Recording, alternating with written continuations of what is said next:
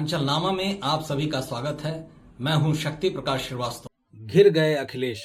उत्तर प्रदेश की सियासत में सत्ताधारी भारतीय जनता पार्टी और मुख्य विपक्षी समाजवादी पार्टी के बीच जबरदस्त सियासी अवसर तलाशी चलती है। दोनों ही पार्टियां एक दूसरे के हर उस संभावित अवसर की तलाश में रहते हैं जिससे उन्हें कुछ सियासी मुनाफा हो। विधानसभा चुनाव नजदीक होने के चलते इन दिनों ऐसी गतिविधियां बढ़ गई हैं। हाल ही में बीजेपी को एक सियासी मौका हाथ लगा जिससे उसने सपा सुप्रीमो अखिलेश यादव को घेर लिया है। हुआ ये कि ये सभी जानते हैं कि सपा सुप्रीमो अखिलेश यादव ने अयोध्या में राम मंदिर बनने से लेकर आज तक राम मंदिर का दौरा नहीं किया। इसको लेकर अखिलेश यादव लगातार बीजेपी के निशाने पर भी रहते हैं। लेकिन पिछले महीने के अंतिम दिन इटावा में निर्माणाधीन केदारेश्वर महादेव मंदिर में प्रभु श्री राम की मूर्ति स्थापित कर अखिलेश यादव ने बैठे बिठाए बीजेपी को एक सियासी मुद्दा दे दिया। इस मुद्दे पर बीजेपी ने अखिलेश को घेर लिया। बीजेपी के मुताबिक मुस्लिम तुष्टीकरण की सियासत के चक्कर में प्रभु श्री राम और हिंदुओं से दूर रहने वाले अखिलेश यादव को चुनाव आते ही प्रभु श्री राम की याद आ गई। यह उनका दोहरे चरित्र का प्रमाण है। प्रदेश की जनता उनके इस चरित्र से अब भली भांति वाकिफ हो गई है। प्रदेश के उप मुख्यमंत्री केशव प्रसाद मौर्य और पार्टी प्रवक्ताओं ने अखिलेश को निशाने पर ले लिया है।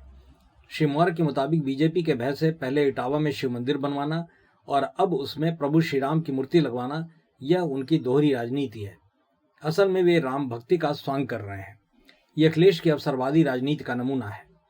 अगर वे सच्चे सनातनी होते तो मथुरा में ईदगाह की जमीन खाली कर कृष्ण मंदिर निर्माण का रास्ता साफ करते, साथ ही बाबरी मस्जिद बनाने वालों का विरोध करते। वे हिंदू वोटरों को भ्रमित करने के लिए भगवान राम की मूर्ति के पीछे छिपना चाहते हैं। बीजेपी प्रवक्ता राकेश त्रिपाठी भी मानते हैं कि ये सिर्फ राजनीतिक स्वांग है। चुनाव आते आते बीजेपी सपा सुप्रीमो अखिलेश यादव के इस चरित्र को गांव-गांव तक पहुंचाने का हर संभव प्रयास करेगी।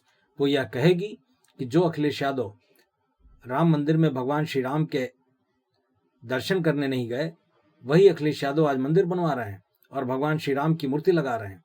पार्टी यह भी संदेश देने की कोशिश करेगी कि यह पार्टी मौका परस्त है।